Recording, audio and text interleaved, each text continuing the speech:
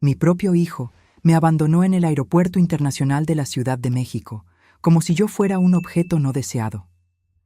«Mamá, espera aquí, vamos a resolver el check-in», dijo Roberto antes de desaparecer con Juliana, su esposa. 3 horas después, entendí que no regresarían. Yo, Elena Vieira, 65 años, profesora jubilada, estaba sola con $200 en la cartera y el corazón destrozado. Lo que no sabían era que esta señora de cabello canoso estaba a punto de demostrar que la experiencia supera la crueldad. Pero antes de continuar, verifica si ya estás suscrito al canal y escribe en los comentarios: ¿desde dónde estás viendo este video? Nos encanta saber hasta dónde están llegando nuestras historias. Aquella mañana de septiembre, desperté animada. Roberto me había invitado a pasar un fin de semana familiar en la playa. «Mamá, mereces descansar. Hace tiempo que no viajamos juntos». Arreglé mi pequeña maleta y esperé ansiosamente en la puerta de casa. Cuando el coche de Roberto se estacionó, noté algo extraño en el comportamiento de él y de Juliana. Miradas intercambiadas, sonrisas contenidas, conversaciones susurradas. «¿Está todo bien?», pregunté, intentando disimular mi inquietud. «Claro, mamá, solo un poco atrasados», respondió Roberto, evitando mi mirada. En el camino hacia lo que yo pensaba que era el litoral, Juliana sugirió un cambio de planes. «Elena, estábamos pensando en darte una sorpresa. ¿Y si, en lugar de la playa, fuéramos a Cancún? Siempre quisiste conocer el Caribe mexicano, ¿no es así?». Mi corazón se aceleró. «¿Un viaje en avión?». No viajaba desde que mi marido Carlos había fallecido, 5 años atrás.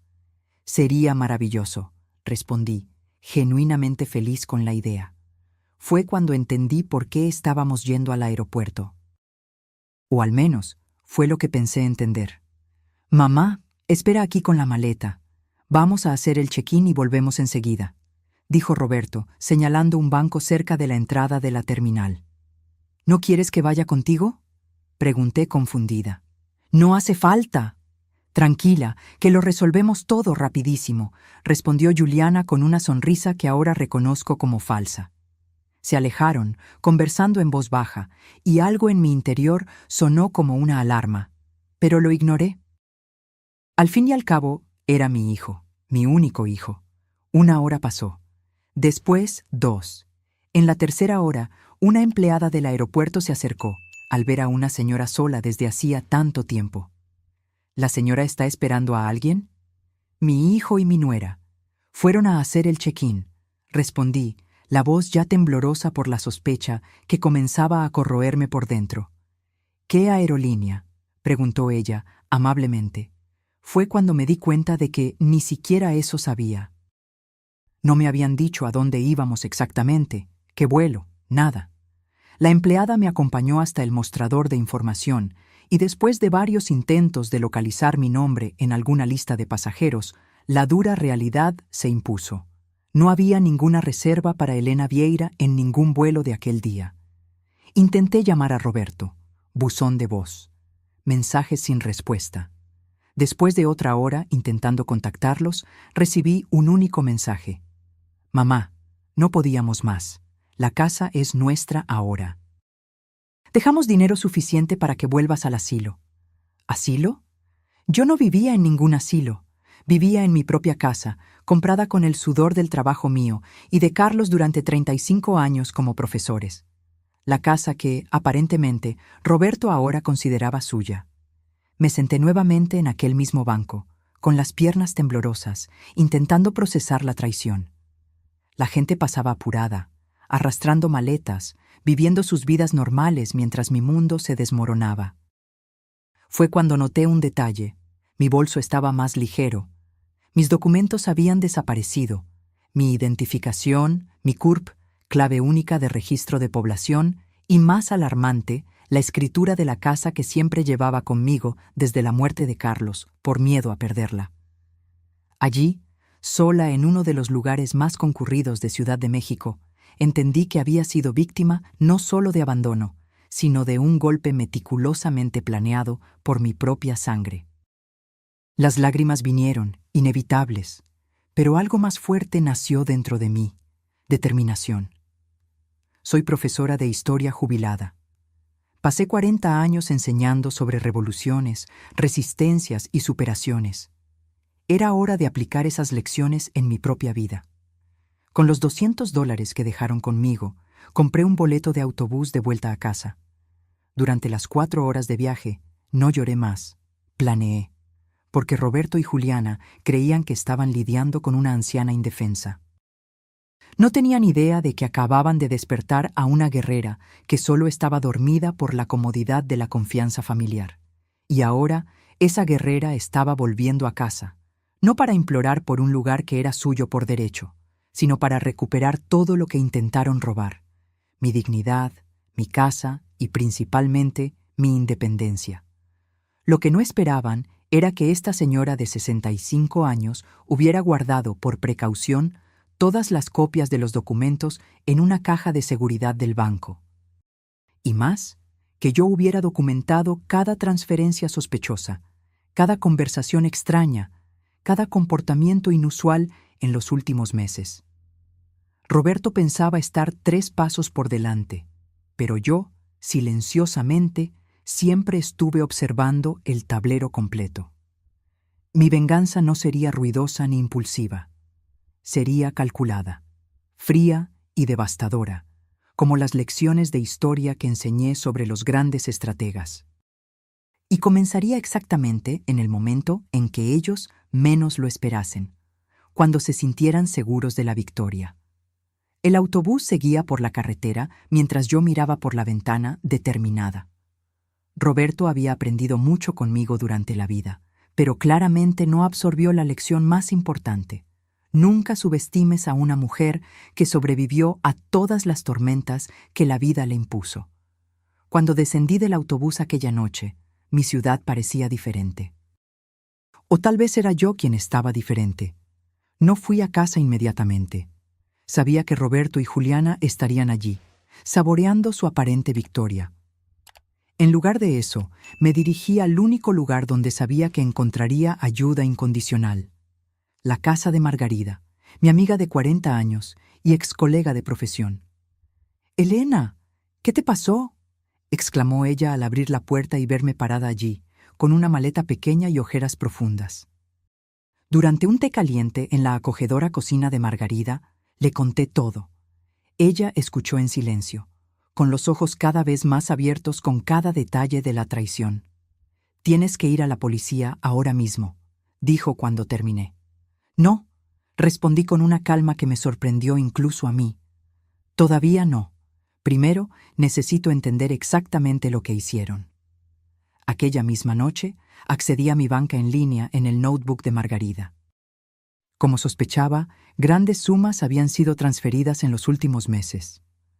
Roberto tenía acceso a mis cuentas desde que Carlos había fallecido, para ayudar a administrar mamá, y se aprovechó de ello. Los extractos mostraban compras en tiendas de lujo, pagos de coches, viajes, todo con mi dinero. Pero el golpe principal estaba en documentos que encontré al visitar el banco a la mañana siguiente. Roberto había iniciado un proceso de transferencia de la casa a su nombre, usando un poder notarial que yo nunca firmé. La falsificación era evidente para mí, pero lo suficientemente convincente para un sistema que rara vez cuestiona cuando un hijo dedicado se encarga de los asuntos de la madre anciana. Durante una semana me alojé con Margarida mientras reunía pruebas. Descubrí que Roberto y Juliana habían contratado incluso a un trabajador social para evaluar mi capacidad mental, pagando por un informe falso que sugería que yo sufría de demencia precoz. Esta era la pieza final del rompecabezas: declararme incapaz y asumir el control total sobre mis bienes. «Esto es criminal», comentó Margarida mientras revisábamos los documentos. «Podrías acabar con ellos en la justicia». «Y lo haré», respondí, «pero no solo en la justicia formal. Quiero que sientan cada segundo de la humillación que intentaron imponerme». Busqué al doctor Paulo, un abogado especializado en derecho del adulto mayor que había dado conferencias en la escuela donde yo enseñaba. Él escuchó mi historia con indignación profesional. «Señora Elena, esto es más común de lo que imagina. La violencia patrimonial contra adultos mayores, especialmente practicada por familiares, es una epidemia silenciosa. Me explicó todas las medidas legales que podríamos tomar, pero también advirtió: el proceso legal puede ser lento. Mientras tanto, ellos continuarán en su casa usando sus recursos. Tengo un plan para eso también, respondí sorprendiéndolo. En los días siguientes, monté mi estrategia. Primero, con la ayuda del doctor Paulo, hicimos una denuncia policial por robo de documentos y falsedad ideológica. Después, conseguimos una orden judicial urgente para bloquear cualquier transacción que involucrara mis bienes. Pero yo sabía que eso no sería suficiente para golpearlos donde realmente importaba, en el orgullo. Roberto siempre fue extremadamente preocupado por su imagen social. Graduado en administración, construyó una carrera como gerente en una empresa respetada, cultivando cuidadosamente la reputación de hombre íntegro y dedicado a la familia. Juliana, por su parte, era activa en grupos de caridad de la iglesia local, siempre publicando en redes sociales sobre valores familiares y cuidado de los ancianos. La hipocresía de ellos sería su propia ruina. Comencé a frecuentar los mismos lugares que ellos: el supermercado donde Juliana hacía las compras, el café cerca del trabajo de Roberto, incluso la iglesia que frecuentaban los domingos. No los abordaba directamente. Solo me hacía visible, descuidada, visiblemente confusa, exactamente la imagen que querían construir de mí. La gente comenzó a notarlo. Elena, ¿cuánto tiempo? Pensé que estabas viajando, como Roberto comentó, dijo la cajera del supermercado. ¿Viajando? No. Estoy viviendo con una amiga porque mi hijo me quitó la casa, respondí con aire ingenuo. Conversaciones como esta se multiplicaron por la pequeña ciudad. Cuando alguien me preguntaba directamente, yo respondía con hechos simples, sin acusaciones directas. Fui abandonada en el aeropuerto. No, no sé por qué. Sí, mis documentos desaparecieron. No, no puedo volver a mi casa ahora. En 2 semanas, los primeros resultados aparecieron. Roberto me llamó, furioso. ¿Qué historia es esa que estás esparciendo por la ciudad? ¿Qué historia, hijo? Solo estoy viviendo mi vida. La gente está haciendo preguntas en el trabajo. El pastor me llamó para hablar. Tienes que parar con esto. ¿Parar con qué? ¿De existir? ¿No fue eso lo que quisiste cuando me dejaste en el aeropuerto? Él colgó abruptamente. 2 días después, Juliana apareció en la casa de Margarida. Elena, esto tiene que parar, dijo sin saludar. Estás arruinando nuestra reputación. Qué interesante, respondí tranquilamente. Te preocupa más tu reputación que el hecho de que abandonaron a una señora de 65 años en un aeropuerto sin documentos. ¡Fue idea de Roberto!, exclamó ella, revelando la primera grieta en la pareja. Yo dije que era exagerado, que bastaba con la transferencia de la casa. ¿Entonces admites la transferencia fraudulenta? Su rostro palideció al darse cuenta del error. No fue exactamente así. Fue exactamente así, Juliana. Y tengo pruebas suficientes para mostrar eso a cualquier juez, o pastor, o a tus amigos en la caridad. Ella se fue apresuradamente, pero yo sabía que la semilla de la discordia estaba plantada. El plan estaba funcionando. La tercera fase de mi estrategia involucró a mis exalumnos. Como profesora durante 4 décadas, yo había educado a generaciones en la ciudad. Muchos ocupaban ahora posiciones influyentes. Había periodistas, abogados, funcionarios públicos y empresarios. Organicé un café para matar las nostalgias en la casa de Margarida. 20 exalumnos asistieron, ansiosos por volver a ver a la querida profesora. Entre pasteles y recuerdos, compartí naturalmente mi situación. No quiero perjudicar a mi hijo, expliqué con lágrimas genuinas. Solo quiero entender por qué sucedió esto y recuperar lo que es mío por derecho. El efecto fue inmediato. Claudia, editora del periódico local, pidió hacer un reportaje sobre violencia patrimonial contra adultos mayores. Marcos, gerente del banco donde Roberto tenía cuenta, se ofreció a verificar irregularidades. Teresa, trabajadora social legítima, prometió hacer un informe verdadero sobre mi capacidad mental. La red de apoyo que construí durante toda la vida estaba ahora movilizándose a mi alrededor, no por venganza, sino por justicia, y por primera vez desde el abandono en el aeropuerto, sentí que no estaba sola en esta batalla. A la mañana siguiente, recibí una llamada inesperada. Era Marta, suegra de Roberto y madre de Juliana. Elena, necesito verte. Hay cosas que necesitas saber. El encuentro con Marta fue revelador. Nos reunimos en una pequeña cafetería en el centro de la ciudad, lejos de las miradas curiosas de los conocidos de Roberto y Juliana.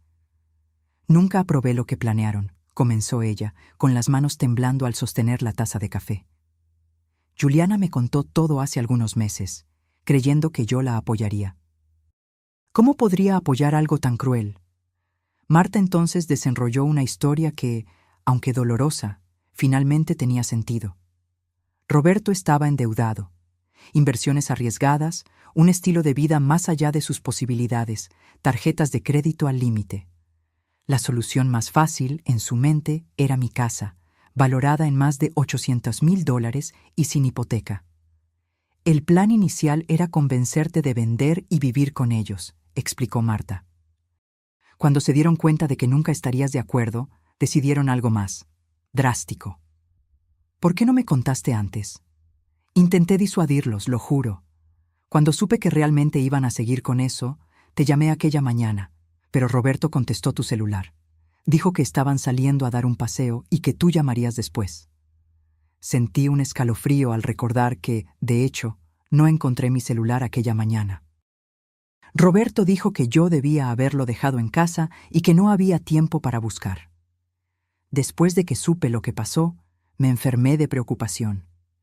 Pero tenía miedo de involucrarme más, de empeorar las cosas. Cuando vi el reportaje en el periódico de ayer, supe que necesitaba hablar contigo. El reportaje que Claudia escribió, aunque sin citar nombres, describía claramente un caso de violencia patrimonial contra una respetada educadora local. La comunidad estaba indignada. Juliana está destrozada, continuó Marta. Están peleando constantemente. Roberto la culpa por haber hablado conmigo. Ella lo culpa a él por toda la idea. Pero lo peor es lo que hicieron con la casa. ¿Qué pasa con la casa?, pregunté, sintiendo mi corazón acelerar. Ya gastaron casi todo el dinero de la hipoteca que hicieron. ¿Hipoteca? Pero la transferencia aún no ha concluido. Usaron documentos falsos, Elena. Un esquema complicado con un notario deshonesto de otra ciudad. Consiguieron una hipoteca de $500,000 contra la propiedad. Sentí la sangre helarse. No solo habían intentado robar mi casa, ya la habían comprometido financieramente. El doctor Paulo me había advertido sobre esa posibilidad, pero no imaginé que conseguirían actuar tan rápido. ¿Dónde está el dinero ahora? Parte fue para pagar deudas, parte para un coche nuevo para Roberto, parte para reformas en la casa, tu casa. El resto, sinceramente, no sé. Salí de aquel encuentro con una mezcla de shock y determinación renovada. Llamé inmediatamente al doctor Paulo. Necesitamos actuar ahora, dijo él después de escuchar la nueva información. Vamos al juez hoy mismo con una solicitud de búsqueda y embargo. Tenemos pruebas suficientes de fraude documentado. Las siguientes 24 horas fueron un torbellino. El juez, sensibilizado con el caso e impresionado con la cantidad de pruebas que habíamos reunido, emitió no solo la orden de búsqueda y embargo, sino también un mandato de desalojo de emergencia contra Roberto y Juliana. No es común en casos familiares, explicó el doctor Paulo, pero el juez entendió que hay riesgo de dilapidación completa del patrimonio y daños irreparables.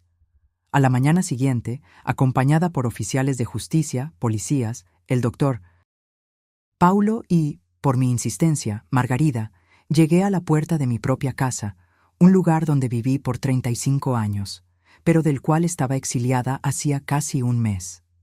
Roberto abrió la puerta todavía en pijama, con los ojos hinchados de quien no dormía bien hacía días. Su rostro pasó de la sorpresa al shock cuando vio al grupo detrás de mí. «Mamá, ¿qué significa esto?». El oficial de justicia dio un paso adelante. «Señor Roberto Vieira, estamos aquí para ejecutar una orden judicial de desalojo y búsqueda y embargo. Ustedes tienen 2 horas para reunir pertenencias personales y dejar el inmueble». «Esto es un absurdo», gritó él con el rostro rojo de rabia. «Esta casa es mía». «Me temo que no, señor», respondió el oficial tranquilamente, entregándole los papeles. Todos los documentos de transferencia fueron considerados fraudulentos por el juez. La propiedad pertenece legalmente a la señora Elena Vieira. Juliana apareció detrás de él, pálida. «Roberto, ¿qué está pasando?». «Tu madre nos delató, eso es lo que pasó», acusó él. «¿Mi madre? ¿Qué tiene ella que ver con esto?». Mientras ellos discutían, entré en mi casa. El impacto fue inmediato. Nada estaba como lo dejé. Los muebles antiguos que tanto amaba habían desaparecido, sustituidos por piezas modernas e impersonales. Las paredes amarillas que Carlos y yo pintamos juntos ahora estaban grises. Las fotos de familia, mis libros, mis recuerdos, todo había sido removido o relegado a cajas que encontré apiladas en el garaje. «¿Qué hicieron con mis cosas?», pregunté, con la voz temblorosa. «Renovamos, mamá», respondió Roberto, intentando sonar razonable a pesar de la situación. «Esta casa necesitaba una actualización. Te hicimos un favor». «¿Un favor?».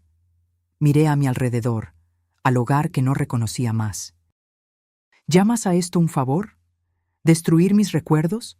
¿Borrar los rastros de tu padre de esta casa?». Por primera vez, vi un destello de vergüenza en sus ojos. Fue momentáneo, rápidamente sustituido por la defensiva habitual. La señora nunca entendió de decoración moderna. Esto aquí era un museo. Nadie vive así hoy en día. Los policías y el oficial de justicia comenzaron el proceso formal, inventariando ítems, verificando documentos. Juliana, en pánico, corría de un lado a otro juntando ropa y objetos personales. Roberto, después de algunas tentativas inútiles más de argumentar, se encerró en el escritorio con el celular, probablemente llamando a algún abogado. Margarida puso el brazo alrededor de mis hombros. «Está todo bien, Helena. Vas a recuperar tu casa. La decoración puede ser rehecha». «No son solo los muebles», respondí, las lágrimas finalmente venciendo mi determinación. «Es la sensación de violación. Ellos no solo intentaron tomar mi casa, intentaron borrar mi existencia de ella». Los oficiales encontraron todos los documentos que Roberto había escondido, incluyendo mis originales y las falsificaciones que él creó. También encontraron extractos bancarios detallando los gastos con el dinero de la hipoteca fraudulenta. $150,000 en deudas personales, $200,000 en un coche de lujo que ahora sería incautado, $100,000 en mobiliario nuevo y reformas, y $50,000 en una cuenta en las Bahamas recién abierta. 2 horas después, como estipulado en la orden judicial, Roberto y Juliana salieron cargando solo maletas con ropa y artículos personales. El coche nuevo fue remolcado. Los muebles quedarían hasta la resolución completa del proceso, ya que técnicamente fueron comprados con dinero obtenido fraudulentamente contra mi propiedad. «Esto no va a quedar así», amenazó Roberto al salir. «Te vas a arrepentir, madre». «Yo ya me arrepiento, hijo», respondí con una calma sorprendente. «Me arrepiento de no haberme dado cuenta antes de lo que estaba sucediendo. Me arrepiento de haber confiado ciegamente en ti.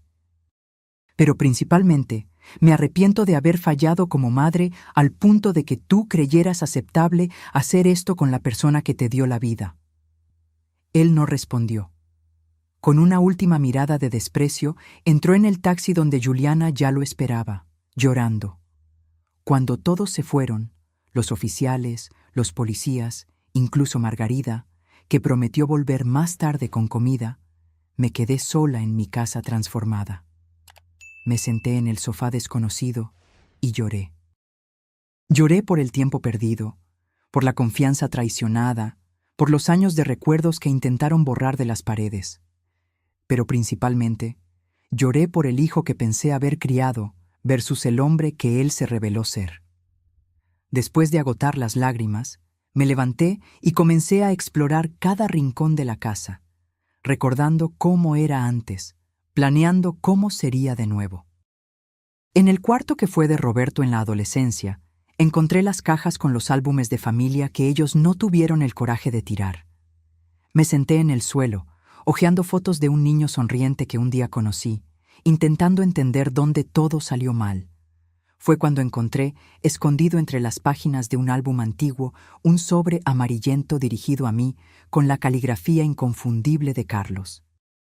Mi marido, siempre previsor, había dejado una carta que yo nunca supe que existía, probablemente escondida por Roberto tan pronto como la encontró. Con manos temblorosas, abrí el sobre y comencé a leer palabras escritas 5 años atrás, pero que parecían dolorosamente proféticas para el momento actual.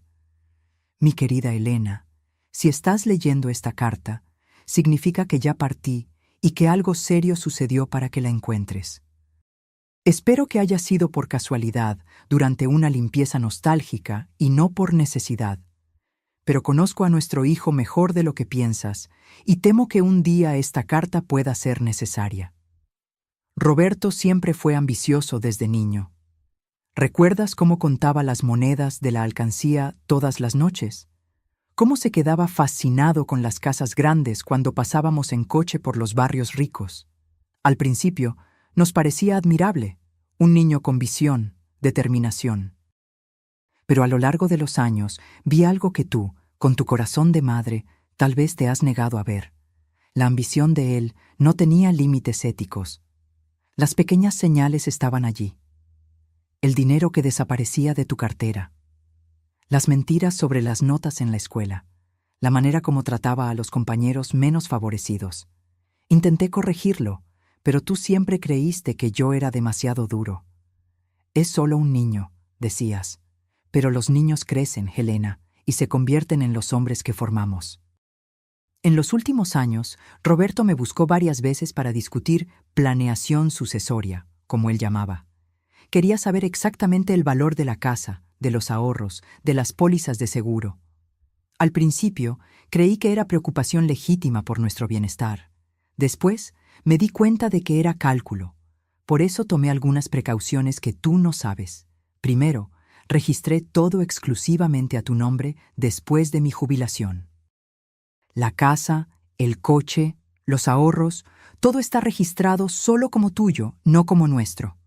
Esto impide que la mitad vaya automáticamente a Roberto como herencia mía. Segundo, abrí una cuenta a tu nombre en el Banco de la Seguridad, sucursal central, que Roberto desconoce. Transferí allí una cantidad significativa, no todo, pues eso despertaría sospechas, pero lo suficiente para garantizar tu independencia en caso de que algo suceda. La contraseña es nuestro aniversario de bodas, seguido por el código que usábamos en la puerta de la sala de profesores. ¿Recuerdas? Tercero, y tal vez más importante, contraté discretamente al doctor Paulo Méndez para ser tu abogado en caso de necesidad. Él tiene copias de todos los documentos importantes e instrucciones para ayudarte si Roberto intenta algo. El número de él está grabado en aquel llavero de madera que te di en nuestro último aniversario. No es solo decorativo. Elena, sé que te estás preguntando por qué nunca te conté sobre estas sospechas. La verdad es que no estaba seguro, y la idea de envenenar tu relación con nuestro único hijo me parecía demasiado cruel. Tal vez estoy equivocado. Tal vez Roberto sea exactamente el hijo amoroso que tú crees que es, y esta carta nunca sea necesaria. Recé para que así fuera. Pero si estás leyendo esto en un momento de crisis, debes saber que no estás sola. Siempre fuiste más fuerte de lo que piensas, Elena. Fuiste tú quien enfrentó a la dirección de la escuela cuando intentaron censurar tus materiales sobre la dictadura. Fuiste tú quien organizó la huelga del 89 que garantizó nuestros derechos. Fuiste tú quien educó a generaciones de jóvenes a pensar críticamente. Usa esa fuerza ahora. No permitas que el dolor o la traición te definan. Lucha por lo que es tuyo, pero no pierdas tu esencia en el proceso. La venganza puede parecer dulce, pero la justicia verdadera es más satisfactoria y te permitirá dormir en paz. Y recuerda siempre, nuestro valor no está en la casa o en los ahorros. Está en las vidas que tocamos, en los alumnos que inspiramos, en el amor que compartimos. Eso nadie puede robártelo. Con todo mi amor, hoy y siempre, Carlos. Las lágrimas corrían por mi rostro mientras doblaba cuidadosamente la carta. Carlos, incluso ausente desde hacía 5 años, todavía cuidaba de mí. Todavía me protegía. Y más importante, me recordaba quién era yo realmente. Sequé las lágrimas y tomé el llavero de madera que usaba desde que Carlos me lo dio, pero nunca había examinado con atención. Girándolo en mis manos, noté una pequeña protuberancia. La presioné y un compartimento secreto se abrió, revelando un pequeño papel con un número de teléfono, exactamente el mismo de la tarjeta que el doctor Paulo me había dado semanas atrás. Carlos había previsto todo. ¿Y aquella cuenta bancaria desconocida? ¿Seguiría existiendo? Con las manos temblando, marqué el número del Banco de la Seguridad. Me gustaría verificar una cuenta a mi nombre, Elena Vieira. La cuenta habría sido abierta hace aproximadamente 5 años por mi difunto marido, Carlos Vieira. Después de algunas verificaciones de seguridad, la asistente confirmó: «Sí, señora Elena, la cuenta está activa y tiene un saldo actual de $387,942,153 con los intereses acumulados». Casi dejo caer el teléfono. Carlos no solo había previsto los problemas, me había dado los medios para resolverlos. Con ese dinero podría restaurar la casa, recuperar muebles similares a los que perdí, y todavía me sobraría para vivir cómodamente durante años. Aquella noche dormí en el cuarto de huéspedes, ya que mi cuarto había sido completamente remodelado con una cama extraña y decoración impersonal. Pero, por primera vez en semanas, dormí profundamente, con la carta de Carlos bajo la almohada y un plan claro para el futuro. A la mañana siguiente, comencé la reconstrucción. Llamé al doctor Paulo para informarle sobre la cuenta secreta y discutir los próximos pasos legales. La hipoteca fraudulenta sería impugnada, y aunque el proceso podría tardar, las posibilidades eran buenas, considerando las pruebas contundentes de fraude. El banco que concedió la hipoteca tendrá que asumir la pérdida, explicó el doctor Paulo. No realizaron la debida diligencia al verificar los documentos. La casa permanecerá tuya, sin deudas. Enseguida, llamé a Margarida y a otras amigas profesoras. En pocas horas, ellas organizaron un voluntariado de limpieza y reorganización. Más de 10 excolegas aparecieron, trayendo comida, productos de limpieza y algo aún más valioso: solidaridad.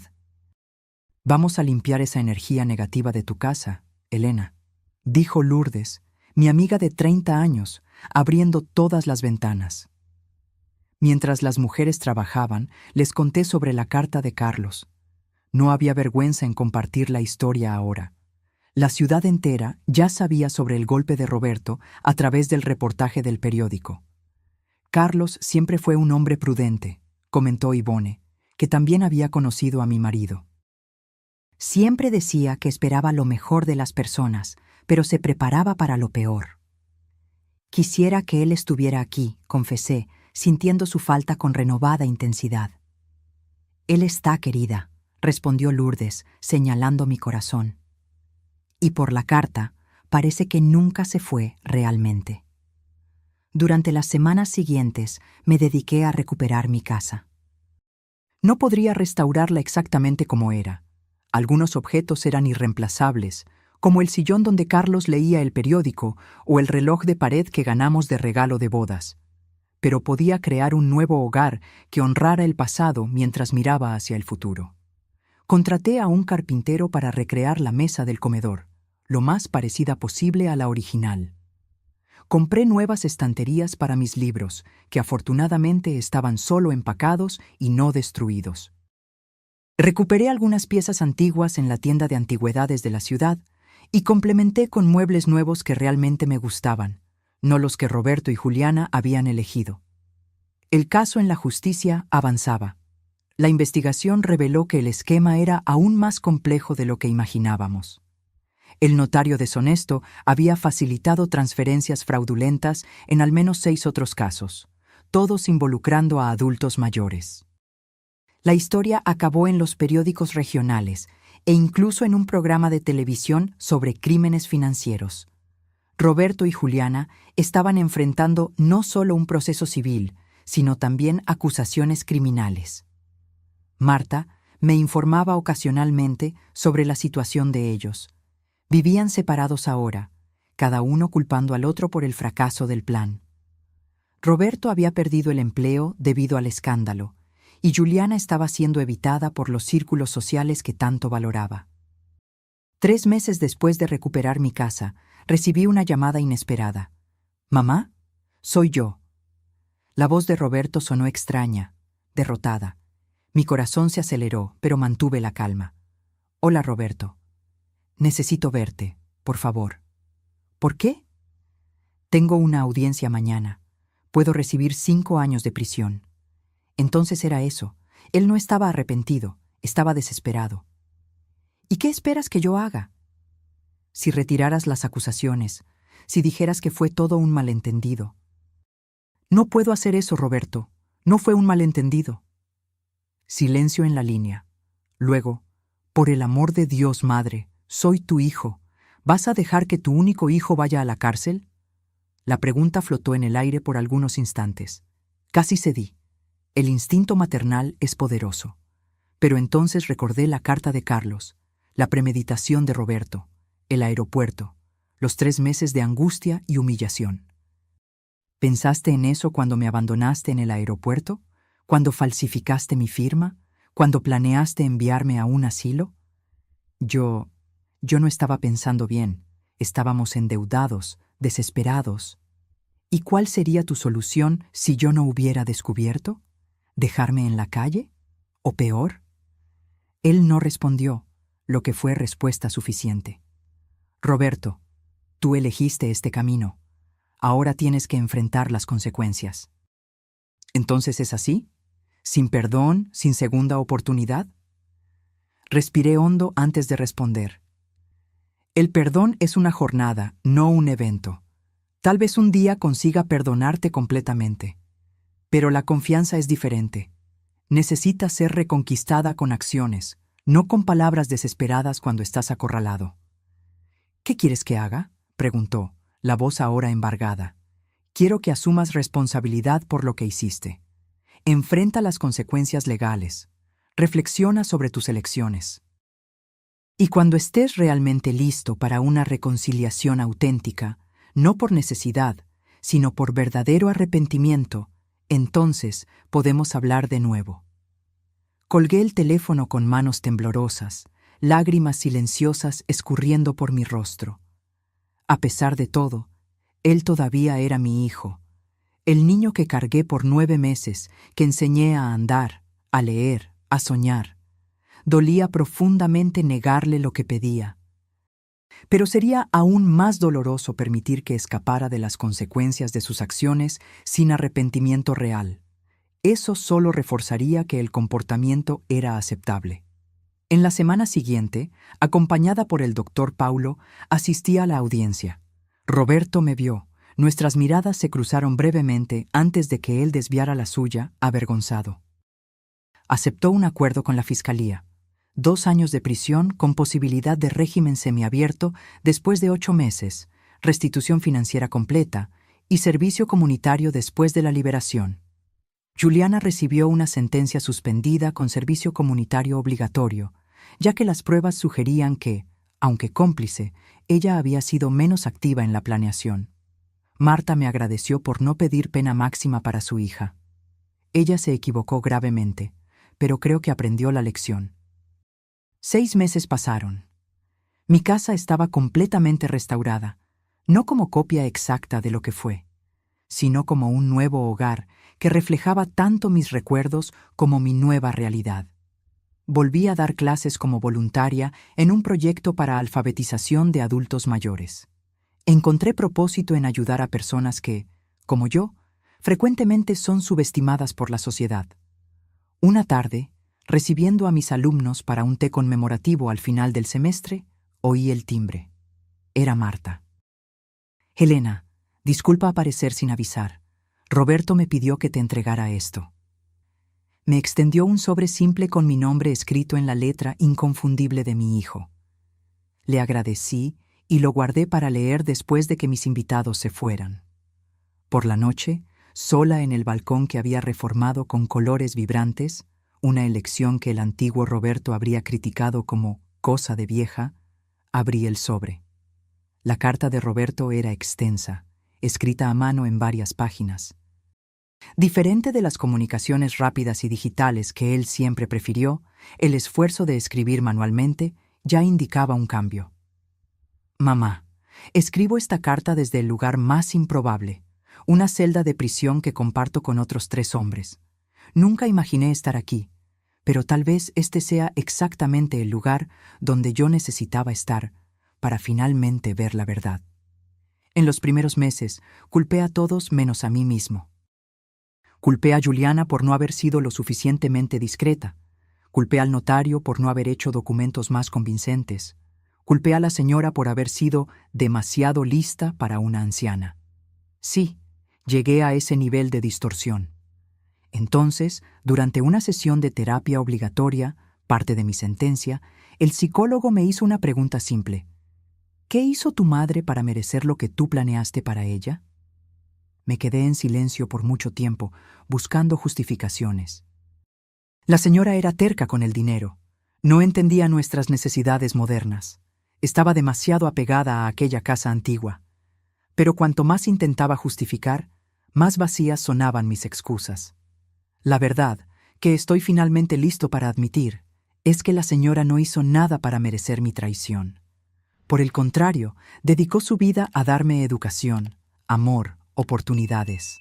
Sacrificó sus propios sueños para que yo pudiera realizar los míos. ¿Y cómo retribuí? Con avaricia, manipulación y crueldad.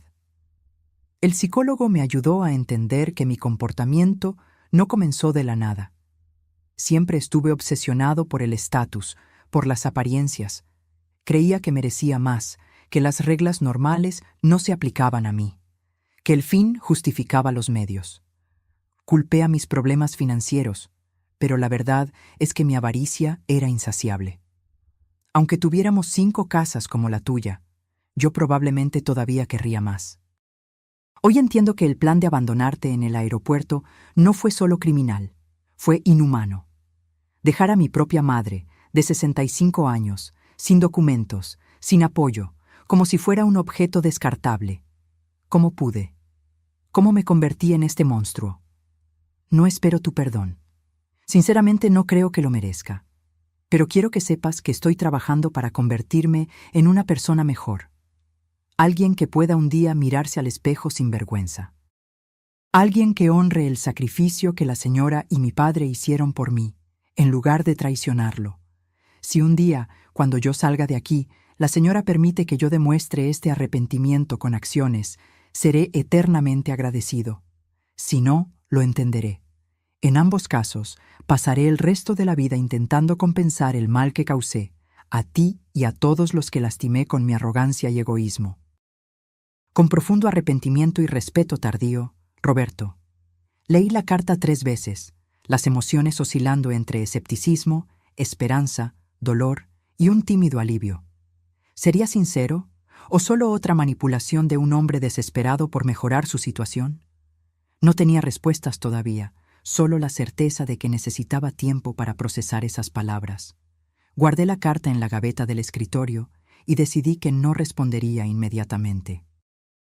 El tiempo diría si el arrepentimiento de Roberto era genuino. En las semanas siguientes recibí 2 cartas más de él. No mencionaban perdón o peticiones, solo compartían reflexiones sobre su infancia, recuerdos de momentos familiares y observaciones sobre su proceso terapéutico en la prisión. Parecía estar realmente haciendo un trabajo interno, aunque fuera imposible tener certeza a distancia. Después de 3 meses de correspondencia unilateral, decidí responder. Mi carta fue breve. Roberto, recibí tus cartas. No puedo decir que estoy lista para perdonar completamente, pero reconozco tus esfuerzos para reflexionar sobre tus acciones. Eso es un comienzo.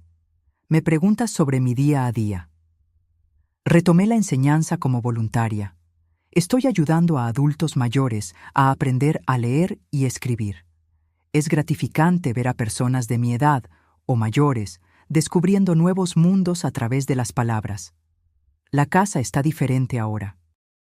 No intenté recrear exactamente lo que era antes. Algunas cosas, cuando se rompen, no vuelven a la forma original. Pero creamos algo nuevo a partir de los fragmentos. Encontré la carta que tu padre dejó para mí. Él siempre fue más perspicaz sobre ti de lo que yo quise admitir. Tal vez ambos fallamos contigo de maneras diferentes. Él siendo demasiado duro, yo demasiado permisiva. Los extremos rara vez producen equilibrio. No sé qué le depara el futuro a nuestra relación. Por ahora, estoy dispuesta a continuar esta correspondencia, un paso a la vez. Elena. Nuestro intercambio de cartas continuó por meses. Gradualmente, Roberto comenzó a hacer preguntas sobre Carlos, sobre nuestra vida antes de que él naciera, sobre elecciones que hicimos como padres. Me di cuenta de que, tal vez por primera vez, él estaba realmente interesado en entender quiénes éramos como personas, no solo como figuras parentales que existían para atender sus necesidades. 8 meses después de su prisión, Roberto consiguió la progresión al régimen semiabierto. Podía trabajar durante el día, volviendo a la prisión por la noche. Consiguió un empleo como asistente administrativo en una pequeña empresa.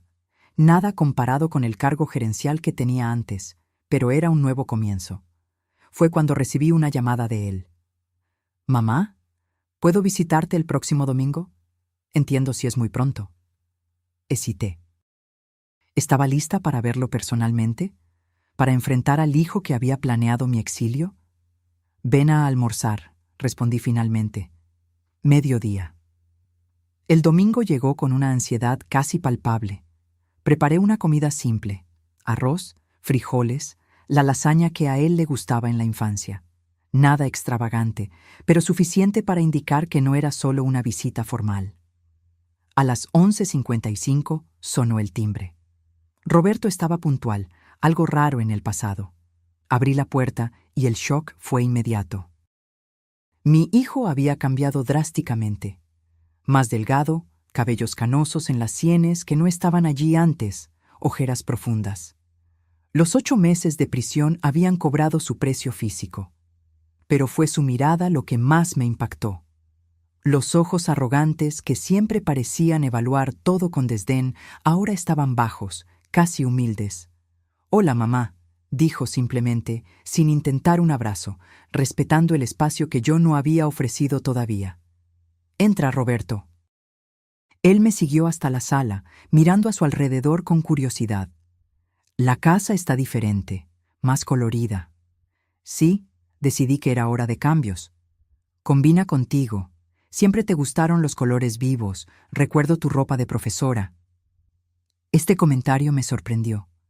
Roberto raramente notaba detalles sobre mí.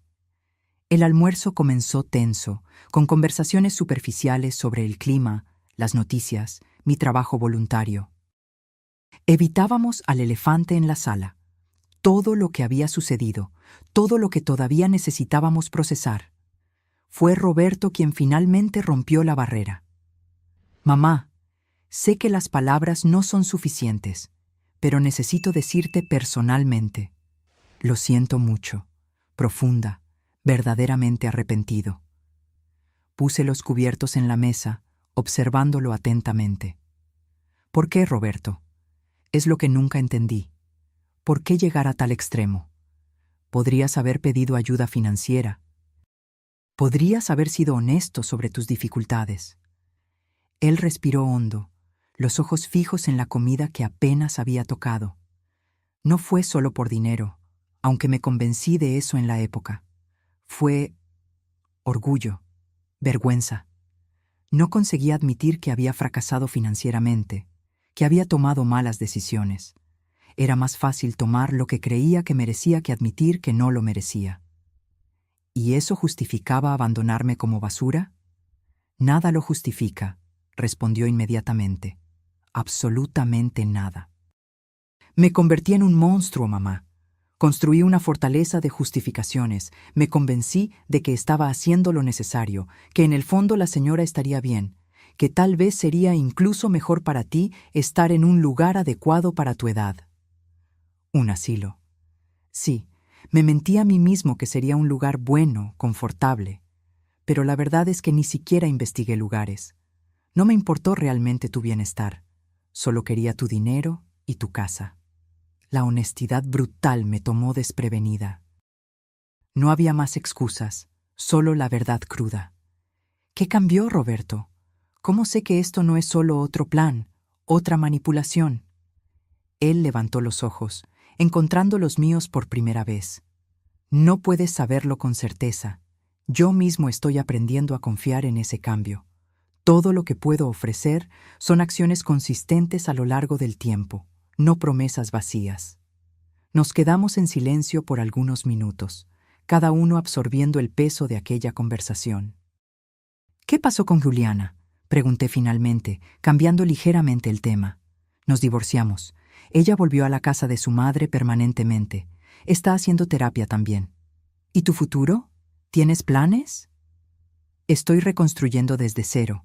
Cuando termine mi pena, pretendo trabajar con educación financiera para personas endeudadas, usar mi propia historia como alerta, mostrar que la avaricia y los atajos ilegales solo llevan a la destrucción.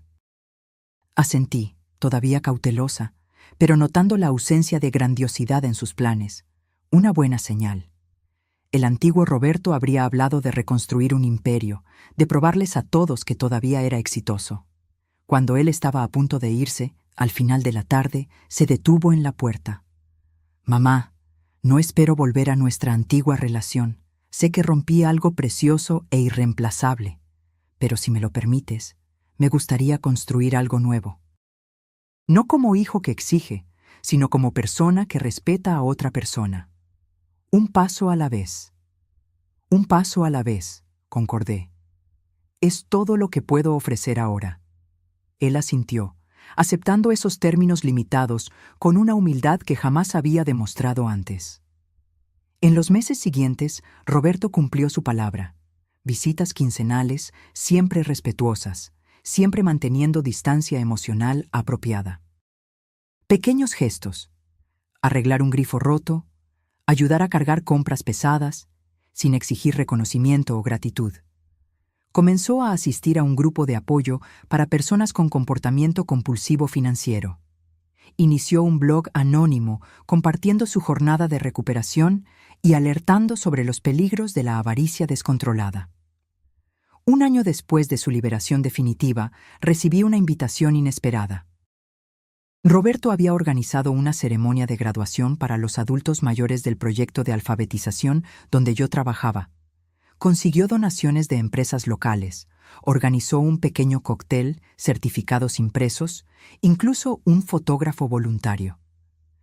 ¿Por qué?, pregunté cuando él me contó sobre la sorpresa. Porque tu trabajo importa, porque esas personas merecen reconocimiento, porque quiero apoyar lo que es importante para ti, sin tomar para mí, sin controlar, solo contribuyendo. La ceremonia fue un éxito. 20 adultos mayores, entre 70 y 92 años, recibiendo sus certificados de alfabetización, muchos llorando por finalmente poder leer y escribir. Roberto permaneció discretamente entre bastidores, ayudando con la logística, nunca buscando crédito o atención.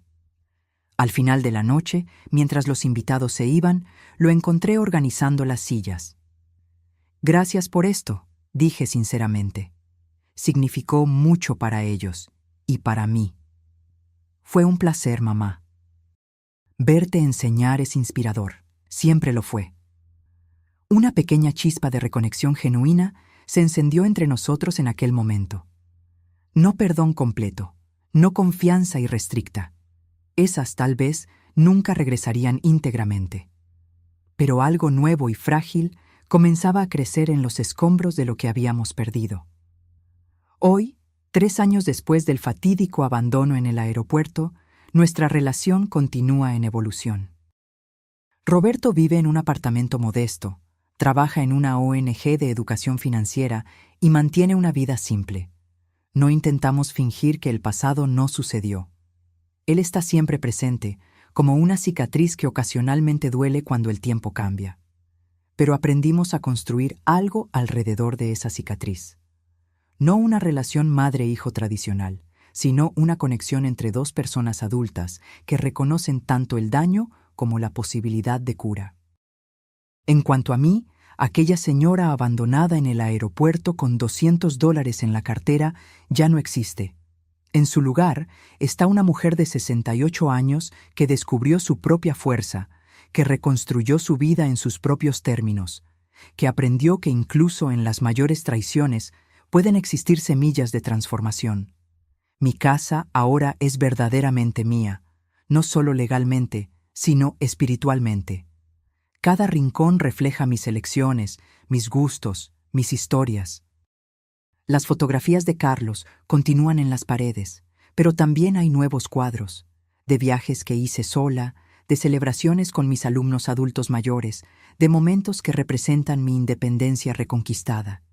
Y en la mesa de noche guardo 2 cartas. Una de Carlos, recordándome que siempre fui más fuerte de lo que pensé. Y una de Roberto, un recordatorio de que incluso las relaciones más dañadas pueden encontrar nuevos caminos, si hay coraje para enfrentar la verdad y persistencia para reconstruir ladrillo a ladrillo. La traición nunca desaparece completamente, se vuelve parte de la historia, un capítulo doloroso pero instructivo. Y tal vez sea esa la mayor lección que aprendí. Nuestro valor no está en nunca caer, sino en cómo nos levantamos después de la caída. No está en nunca ser traicionados, sino en cómo reconstruimos nuestra dignidad a pesar de la traición. Ahora, si te gustó esta historia, haz clic en suscribirse y dime en los comentarios, ¿qué parte te dejó boquiabierto? Y no olvides hacerte miembro para tener acceso a videos exclusivos que no publico aquí. Te espero allí.